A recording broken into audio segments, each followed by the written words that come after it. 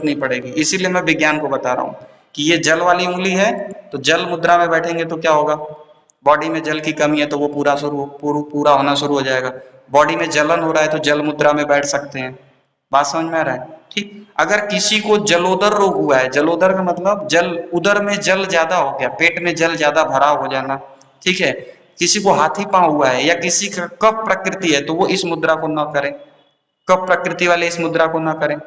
बात समझ में आ रहा है? हाँ, जिसका नाभि के नीचे वाला हिस्सा ठंडा रहता है, ठीक है, वो, उसको कब्ज की समस्या हो सकता है बनी रह रही हो, या तो उसका दिनचर्या थोड़ा सा देखना पड़ेगा। अच्छा देखो ना, शरीर जब ठंडा हो जाता है तो क्या होता है, राम नाम सत्य है। बात समझ में आ रहा है? तो शरीर में गर्मी बनी है मतलब शरीर में जान है, प्राण है, और जैसे जैसे शरीर ठंडे की तरफ जाता है मतलब शरीर बिगड़ रहा है। जिस दिन हमने उसकी क्लास की थी यत पिंडे तत् ब्रह्मांडे, जो शरीर में है वो ब्रह्मांड में, उस दिन मैंने बताया था कि प्लूटो ग्रह, यम ग्रह, इस सब पे बर्फ के गोले पड़ते हैं, मतलब बर्फ रहती है पूरा एकदम, मतलब तूफान चलते हैं, ठंडापन रहता है। तो जिसका पैर ठंडा हो रहा है, जिसका नाभि के नीचे का हिस्सा ठंडा हो रहा है, मतलब समझ जाइए उसको गति में आने की जरूरत है, उसको थोड़ा एक्सरसाइज करने की जरूरत है। ठीक है। एक कहावत बोलते हैं, याद होगा, सर ठंडा, कैसे है, सर ठंडा दिल नरम और पैर गरम, ऐसे करके है ना एक कहावत। ठीक, कि सर ठंडा रखिए, दिल को नरम रखिए और पैर को गरम रखिए। ये कहावत क्यों बनी? क्योंकि पैर गरम रहेगा तो सब कुछ अच्छा है। सर ठंड, अब अभी क्या हो रहा है, सर गर्म हो जा रहा है और पैर ठंडा हो जा रहा है और दिल कठोर हो जा रहा है, इसका जस्ट उल्टा हो जा रहा है, तो बीमारी तो आएगी ना। तो इसीलिए बोलते हैं ये सीपीयू है, सेंट्रल प्रोसेसिंग यूनिट, यहीं से सब कुछ हो रहा है, मैक्सिमम काम। तो इसको ठंडा रखिए, इसको नरम रखिए और पैर को गर्म रखिए। ठीक, तो एक एक सूत्र, एक एक, हाँ हाँ सही कहा आपने, सर ठंडा, पेट नरम और पैर गर्म। ठीक है, मैं दिल बोल रहा था, वैसे दिल भी नरम ही रखना चाहिए। और पेट नरम रहेगा तो क्या होगा, पेट नरम रहने का मतलब क्या है, जैसे कुछ लोग का पेट आप दबाएंगे ना तो लगता है कितना कठोर है, कड़ा है।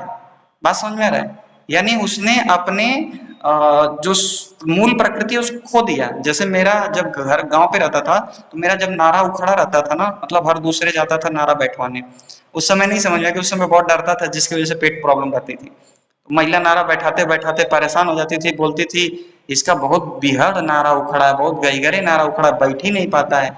मतलब वो तुरंत बैठा रही, फिर दूध गड़बड़ा जाता था, और नाभि के 4 अंगुल नीचे नारा इधर उधर छटकता था, समझ में नहीं आता था।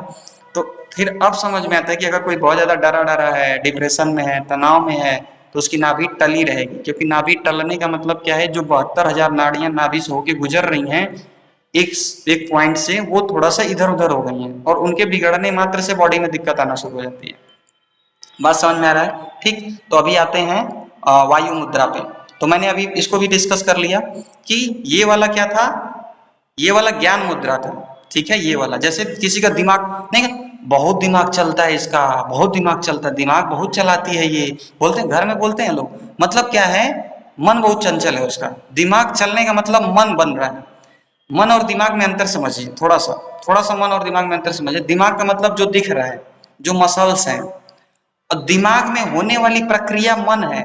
बात समझिएगा, when mind is in action, sorry, when brain is in action, यानी जब दिमाग एक्शन में है तब मन बनता है। when brain is in action then create mind, यानी जब दिमाग, ये दिमाग जो दिख रहा है, ये जब एक्शन में है, बहुत ज्यादा कुछ करना चाह रहा है, कुछ एकदम एक्टिव है, तब मन बनता है। ठीक, तो बोलते हैं ना बहुत दिमाग लगाता है, ये बहुत बहुत दिमाग लगाता है, तो उसका मन भी बहुत चंचल होगा जो बहुत दिमाग लगाता है, एक जगह ठहर नहीं पाता है। तो उसके लिए ये वाली मुद्रा सही है।